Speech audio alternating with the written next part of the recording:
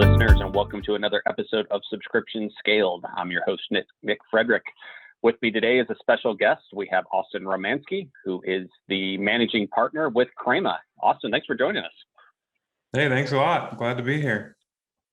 Absolutely. Well, I'm always excited to talk about coffee. Can never get enough of it. So interested to learn more about your business. So why don't we start there? Tell us about Crema and what you guys do.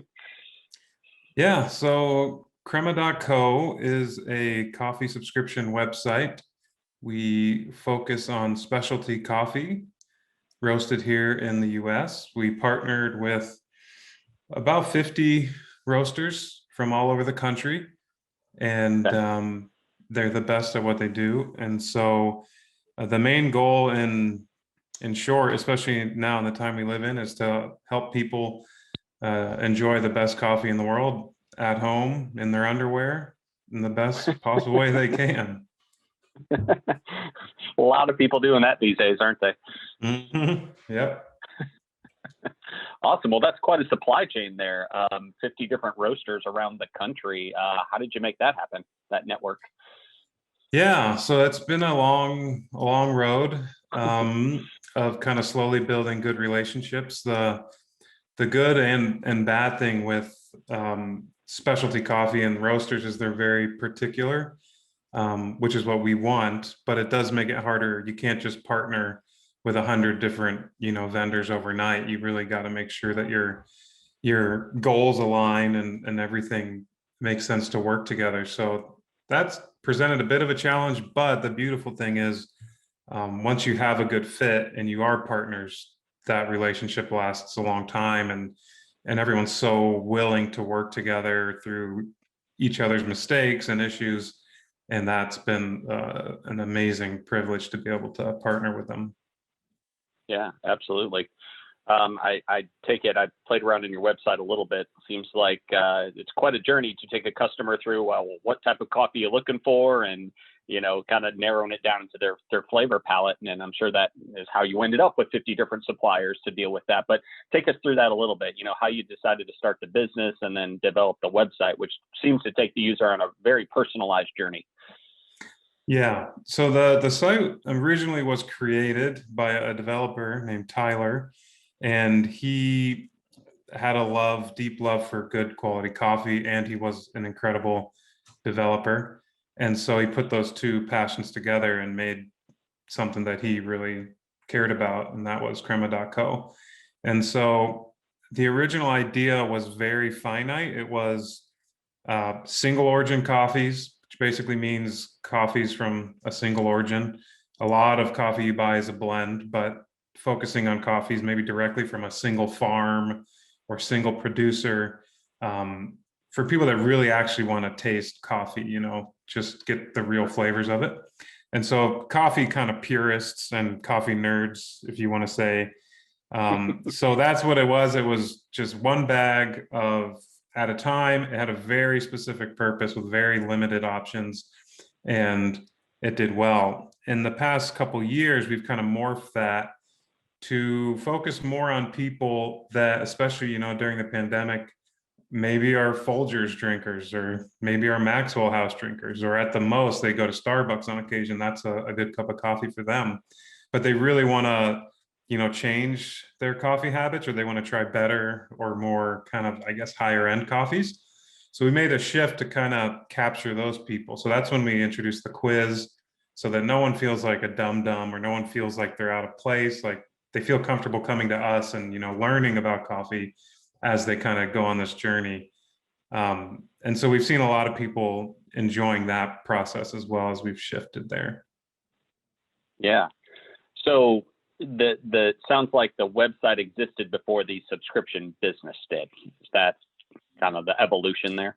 It started as subscription, but it was just really, Okay. really limited. Yeah. In the offerings, it was a very, very specific niche thing. And then we've kind of, like I said, over the past year or so, tried to broaden the horizons a bit with our customer base. Gotcha. Okay. Yeah. So talk about kind of, sounds like there's a lot of, or could be quite a bit of complexity here when you have 50 different suppliers, lots of different coffee, lots of different cost models. but you're trying to offer subscriptions in probably the simplest way you can to end consumers. So how do you balance those two things? Yeah. How do you balance that? That's a good question. I may not have the answer for it. Yeah, it's been a tough thing. So we want in our area, in our realm, there's a few competitors, and a lot of them really pigeonhole the customer into the subscription. Like that's just what you Okay. do. That's all you have is that ability. With It's tough with specialty coffee. There's so many people that know what they want, and they don't want to just be told this is what you should drink. And so it's been kind of a challenge to figure out the line there, because we want our subscriptions a bit different, that we give a lot of control. Like we say, you can have every control of every aspect.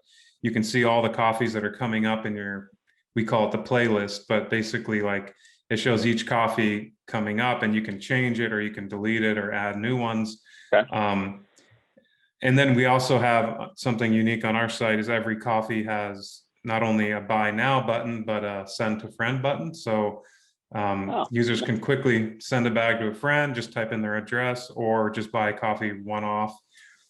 And so we're finding, I totally see the benefit of the subscription, because I know the mentality is, if I just know in my mind I'm paying $20 a month, I don't have to think about it. I know that's what a vast majority of customers want. But I think because we want to offer a lot more control, we lose quite a few of those customers. So we're just in this place where we really want to keep that, because we want to make sure people still have that control, because a lot of our customers love it, but we also want to be easy and kind of set it and forget it for new customers too. So it is a tough balance to make, for sure. Yeah. It seems like the kind of consumer you're targeting, though, isn't the one who necessarily wants to go and have, a bag of Dunkin' show up every 2 weeks to a month, who want that consistency. You're targeting more of somebody who loves coffee and really likes to explore different things. So I would say probably a more engaged customer, would you say? For sure. Absolutely. And we have, like, on our site, we have ratings. So after you get a coffee, try it, you rate it. Our algorithm learns what you like, what you don't like. And so we do want a more engaged person, because the best experience we can offer is someone who's going to actually go in, rate the coffee, and then try the things that we want to present them with, options that help them not only enjoy the best coffee every time, but also help them learn about it as they go, so they can learn why they maybe didn't like this or why they might like something else. Gotcha. So let's talk a bit about how you're targeting that sort of consumer. Again, pretty specialty, and there's a lot of people that love coffee, like to try new things. How do you reach that consumer? What channels have you see be effective? Yeah, so we recently, last year, went off of social media as a company, which was, what I know is the primary means to reach human beings on this planet right now. So a lot of people don't get that move, but kind of, you touched on it a bit yourself when you said that, this is a very specialty product. We figured that the people using it and enjoying it, our current customer base, they're going to be a good gauge from that. So we thought, well, let's try to learn from them as much as we possibly can. So when we went off social media, it was kind of like the only analogy I could think of is like, it's like when you have a big gathering and you have a whole bunch of people over to your house, maybe 100, and you do all this planning, and it takes a long time. It's a lot of money. It's a lot of stuff, and it's fun. Like, it's a really fun evening. But then when everyone goes home and you're left with this giant mess, maybe you had a couple conversations. You probably didn't have any really deep conversations with anyone. It was just kind of a surface level fun evening. But you compare that to having a couple over or having a friend over, where you get to have a meaningful discussion. It's a much smaller event, but you get to actually get somewhere like intimate or close with that person. So we thought of that with our marketing. Like, with social media, it's definitely the big blast. It can be expensive, but you reach a lot of people. But we're like, let's maybe do a little more targeting. We already have a good customer base of kind of loyal customers. Let's spend the money and the time on them. So by doing that shift, I spend a lot, if not a majority of my time, talking to customers. So I try to conduct interviews with them. We host a meeting every week where customers are allowed to jump on our Zoom room and just talk to us if they have like a question about brewing coffee. Most of my team tries to be on it every week so that we can just kind of talk to them and hear about their coffee story, and they feel heard. And so we've seen quite a bit of success in that, and that people are telling more and more friends about it. People are sharing it with their friends, and like that's growing kind of that way. Yeah. That's been really beneficial when focusing on our existing users a little bit more than outside marketing. Yeah. Have you how are you or are you incentivizing existing customers to spread the wealth, to spread the message and refer other customers? Yeah, so we started trying to do it by means of so every week we have giveaways and like free coffee and win free coffee for a month, stuff like that. And at first we were trying to connect that with giving, or like if you sign up someone, you get, this, or we're giving away free coffee. If you go to the gifting page and you use the gifting page, then you sign up, then you're basically enrolling in this opportunity to win. And a lot of the users, because we're so close to them and we talk pretty openly with them, we're pretty much like, honestly, like anytime I see that I have to like nag a friend to give something away, I just don't want to do it. Like Right. everyone is turned off by it. And so we started that way, but it turned out that didn't work so well. So it seems that it's been a little more, it has to be a lot more organic. So just by having the great experience, people will naturally tell about it. But when you tell them to tell about it, then it's like, well, this is weird and awkward and I'm not going to tell about it. So it's really finicky, trying to, and again, because we feel so close and kind of bonded to them like friends, we're trying to keep it, very casual as much as possible. One thing we did see, and this may just speak to the type of, customers we have, because specialty coffee is all about sustainability and, treating the producers at origin fairly and properly. The customers we have might just tend to be this way, but whenever we try to personally just set the example for like being generous or giving, like if we tie things to giving to charity, which we've done quite a few times, that's been super successful, and people will talk about it and share that. Right now we're working on a lot of people have power outages, myself included, and we don't have water right now. We're in Oklahoma, and the snow is messing up a lot of people. So we're saying, instead of just like, hey, tell a friend, we're putting out a newsletter that's like, hey, if you know anyone that's out of power or water and you want to brighten their day with coffee, send a friend, and then we'll give you, $5 as a thank you type of thing. And so stuff like that, much more like genuine, I guess, like individualized things like that have proven to be much more successful. Yeah. Certainly the consumers appreciate any time that you think of them in a very targeted kind of way, not the mass, to your point, that, the mass marketing means. And I was actually, talking with somebody the other day about one big thing subscription companies have over, the big guys, the Amazons and things like that, where there are alternatives, are you get curated experiences. Right? You're dealing with an organization that specializes in one thing, not trying to be jack of all trades. And so, they come to appreciate that, hey, this is a forum, this is a community I can come to and talk about coffee, or, hey, if you tried this, it was really good, I didn't think I'd like it, those kind of things. So how are you trying to, foster that community and kind of build out your base and continue to grow it? Yeah, that's exactly right. I like that you said it that way. It's so true. It starts to feel very much like a community, for sure. The biggest shift we made when we went off social media was focusing on our newsletter. So we have a weekly newsletter. That's a big thing that we definitely spend a lot of time making it actually not only personal but valuable. Before we put it out to the customer base every week, we say, is this going to be valuable? Like, if I got this, would I open it and read it and be like, oh, this was actually cool, or this was actually Yeah. enjoyable, or I actually learned something. That has been huge, and we've seen our open rates and responding rates go way up since we kind of made that Mm-hmm. shift from we were definitely doing a more typical marketing.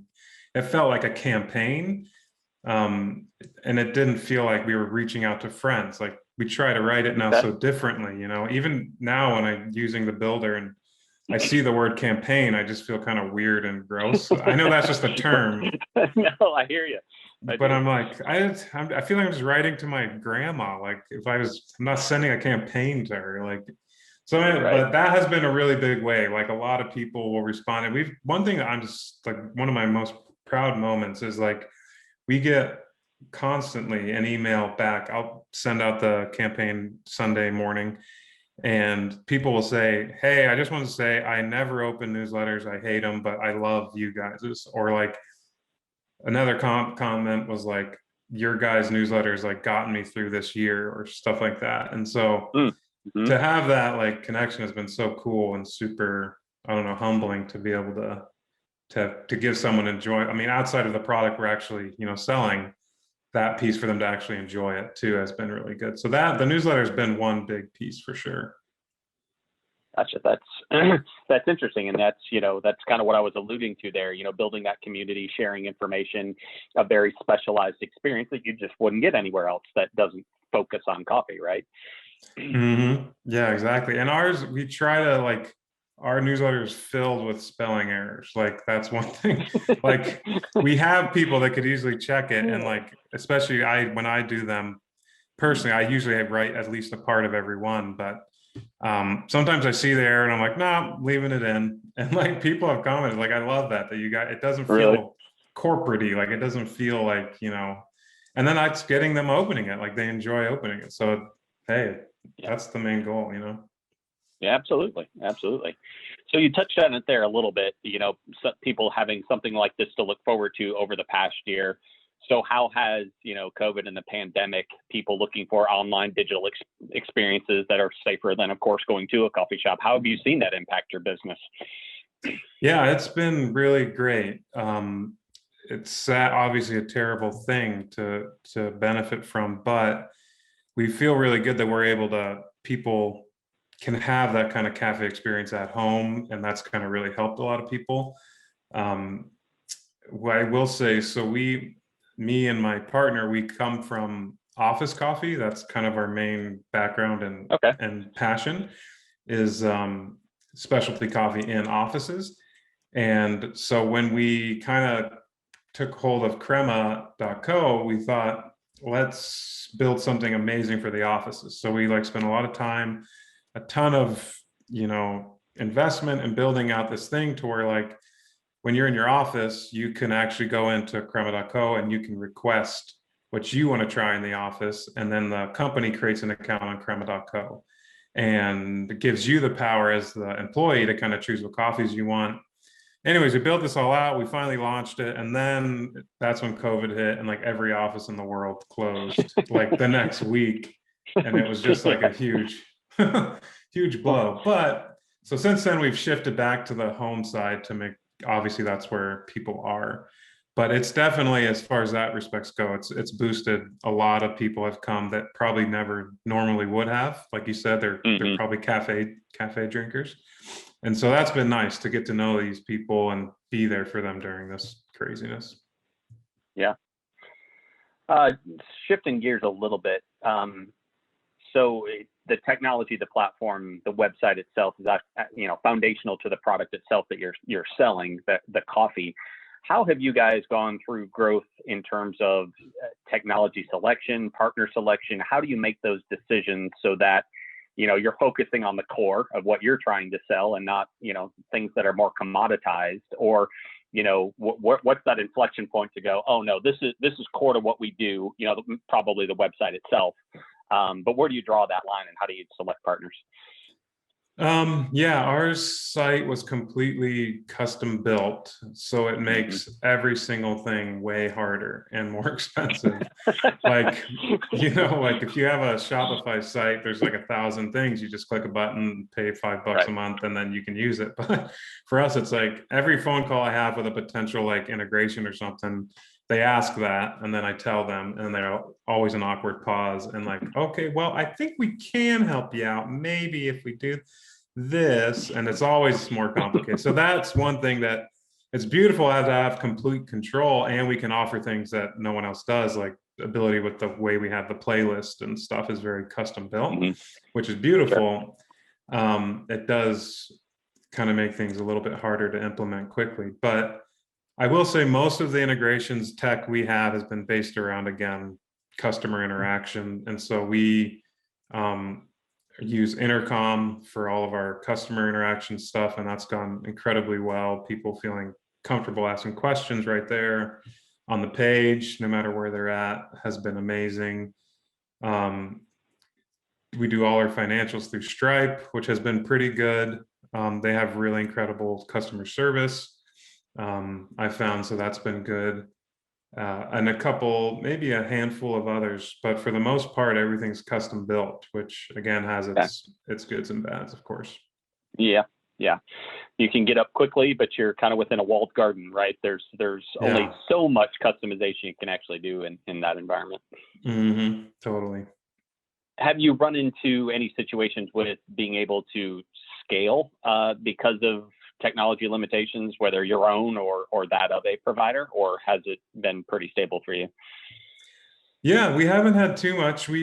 I would say there's only been a handful of instances where with shipping stuff that we use Easy Post and it goes Hmm. pretty smoothly. But there have been some things on our end. So like our third party stuff is all custom built. So the interactions with the roasters themselves, and they roast the coffee and they produce the shipping label and all that. There have been some things where as orders are getting bigger and bigger, like roasters processing large amounts of orders in a day, whereas in the past maybe they did a handful of them. Yeah. We've seen a couple times our site is on Heroku, and we've seen a few times where we hadn't built properly, and a couple like we had some freezes and some bugs there. So with our own personalized stuff, there has been a couple of times when we grew a little too fast and weren't quite prepared for it. Sure. But they were thankfully quick fixes and everything's smooth now. But as far as integrations and partners, we haven't had anything like that yet. No. Yeah. So you kind of hit on one there, but with the subscription model, of course, right? The beauty is predictable recurring revenue, and in your case of having a physical good, being able to predict supply and demand in a better way. But it sounds like because you can do some customizations and kind of change out, you called it the playlist, what's up next. Are you finding that creates some challenges with being able to kind of forewarn a roaster that, hey, there's 100 orders coming up tomorrow, or 1,000 next week, or something like that? Yeah, we don't have any of most of the benefits of the subscription because of that. Like exactly, you Hmm. said, predictability is tough, and we add new roasters, and because we don't do any. We are very careful to not, put a roaster over another roaster. So like down to the roaster page itself, when you refresh the page, the order of the roasters that we show changes every time because we don't want to have anything that's like, well, this roaster's getting more attention than the Yeah. other one. And so it's kind of completely up to the customers. And as new ones come on, they may favor one roaster. Maybe some users come on and only because they know a roaster, they just want that roaster and they like our interface. And so that's all they do. Yeah. It kind of depends. So it is tough for predictability because it is kind of up to the customers. They have so much control. We don't do a whole lot of kind of predestined stuff for them. We just give it to them to run with. Yeah. Are any of them using you as their full-blown e-com on the web solution, or do they have potentially something over on their own as well? Most roasters have subscriptions. A handful don't, Yeah. and they only use what we have, and they get enough through that. Okay. but we try to diversify as far as being on other subscription platforms. There's a handful out there. So we may share a few roasters with other subscription platforms, but we try to have a unique offering that, the other guys don't already have. So that keeps us fresh. But yeah, most coffee roasters these days, especially when the pandemic hit, they suffered so bad. Like they got hit so hard, like so many industries. But with cafes, it was just like that's their bread and butter. So a lot of them quickly pivoted to having their own subscriptions, doing a much more wholesale approach, and just so they can keep things going, Right. I can see that would be a rather, a necessary transition, kind of really the only option for a lot of them, right? Oh yeah. So let's talk for just a second about churn and trying to hold on to customers that you've got, both, whether it's, a voluntary reason or an involuntary one. What kind of strategies are you guys putting around, when it comes to a customer wanting to cancel, of course, in a voluntary way, that's one thing, but maybe involuntary on the back end as well, due to, payment declines and that sort of thing. Of course, we all know it costs a heck of a lot more to obtain a new customer than it does to keep them. So what are you guys doing to keep on to the ones that you have? Yeah, so the regular interaction seems to be really helping quite a bit through the newsletter and other means. I would say we try to be, I've noticed this being a good thing, but like just as an example, we try to be very upfront about easily stopping and pausing and canceling. Like we don't try to hide that. And we found that customers will, it seems, appreciate that. Like I know when a customer goes to try to cancel or pause or something and it's really hard, they get, like, I've been there myself. It's so frustrating. I hate the brand. I lose trust for it immediately when I just feel like I'm trapped into something. So one example of it is just on our newsletter, like at the bottom, we don't have any information at the bottom. It's just big, bold, red letters that say, "Don't you hate it when companies try to hide the unsubscribe button?" And then it's like a massive, massive unsubscribe button. And I figure if someone's going down there to unsubscribe, they're gonna do it anyway. So like maybe that's like a last ditch effort to like keep them, because like, oh, these guys are funny, or like at least I feel like I'm being heard. And so we found that has actually dropped unsubscribes, which is amazing. So that, I guess, the outreach, the being upfront and trying to be genuine and honest has helped quite a bit with the churn. But it is tough because again, ours isn't like a locked in thing like a lot of subscriptions are, or like it's not an annual thing. It's like we see sometimes people order one coffee and then they pause for 3 months and then they order another coffee. And so technically that's like a churned user in theory, but they are still on the site. So it's just, that one's been kind of hard for us because we offer so much control to track. Yeah. So is it always kind of the positive option from the end consumer to continue and get the next one, or can they set it up to where it's, okay, just send me this coffee or whatever ones are on my playlist on an automatic fashion over the next, months or whatever the delivery preference is? Yeah, there's not a huge delineation as far as benefits go, like in the way our site is built. Like every coffee is free shipping for everyone that comes on the site individually. There is some kind of discounts and stuff based on quantity, like if you buy multiple bags at a time. But when it comes to, subscribing or not subscribing, we try to keep that like, this is your choice. Like, we don't want to sucker you into like this regular subscription if you don't want it. Like, and so we just really want to actually capture genuinely interested subscribers, because that's the journey, that's the experience they want. And we find that because we're doing that, we get way less churn, because that's why they're doing that. They're not doing it for some other benefit. They're doing it because they want that experience. And so that's how we're set up currently. Okay. Interesting. So I've been personally doing subscriptions for almost 20 years, and actually go back far enough to the days of when subscription was really set it and forget it. You were kind of trying to enroll the customer and, trying to hold on to them as long as you can, but mostly it was not engagement, right? And one of the very positive trends that I've seen in the past 5 years is that completely turning on its head and being all about engagement.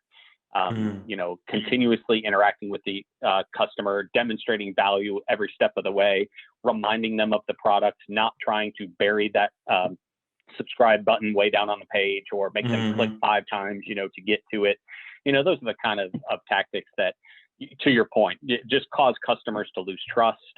They drive chargebacks because, customers are angry and frustrated, and it's way too easy to call their bank these days and, dispute a charge. So, these things that you're doing are just all point to trying to build this relationship with your customer and bring them into your community, make them be a part of it, communicate with them. It sounds like it's a really positive experience for your customers. Thank you. Yeah, that's what you said is exactly what we would like. The same exact thing. Like, we have a few competitors who are backed by really large, kind of like billionaire mentality.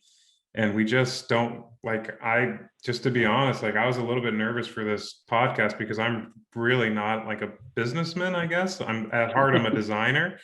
And I really love people. And so I was like, he's just going to say acronyms. I'm not going to know what they're going to mean. And I'm going to feel like an idiot. But I love that it's about people. Like, your customers are people, and be good to people. I don't know. That's the best way. We're trying to make money so this company can survive and take care of the people that work here that we care a lot about. But otherwise, just try to give people good experiences that they'll actually enjoy. Yeah, absolutely. I mean, you can go out and do some very broadcast advertising and marketing tactics to throw a whole bunch of people in the top of your subscription funnel. Yeah. But they're going to come out the bottom really fast. You're going to get them in maybe on an introductory offer, a free trial or a premium that you're offering to sign up today, but they're going to come out the bottom really fast. And, that for some business models, that makes sense. And for some products, that makes sense. But if you're looking for lasting relationships, then being upfront and honest and giving them an easy out, if they need to, a pause feature, that's fantastic. I've heard from a number of merchants that's been a very effective approach through COVID to reduce churn. Just give them the opportunity to be like, okay, I don't want to go away, but I just need a break from this. So from my perspective, you guys are absolutely on the right track of trying to create that lifetime customer value. So good on you. Good to know. Yeah. Thank you. We feel, I don't know how much it's worth, but we feel really good about how we run it and our interactions with customers. And so that alone is hey, we all feel good. We enjoy working here. We enjoy doing what we're doing. So that's gotta be worth something. So yeah, that feels good. Well, good. Well, Austin, thanks so much for the time today. Really appreciate the conversation. If our listeners want to get in contact with you or go to the website and check it out, where do they go? Yeah, so if you just go to crema.co, crema.co, you'll see what we're all about. The best way probably to get started, whether you're a coffee nerd like me or just getting interested into coffee or want to up your coffee game, we have a quiz. So you just click the get started button anywhere and you'll go through a fun little quiz. You'll learn about coffee, and then we'll show you what coffees we think you're going to enjoy, and then you kind of take it from there and enjoy the ride. Nice. Well, I myself will definitely be checking it out.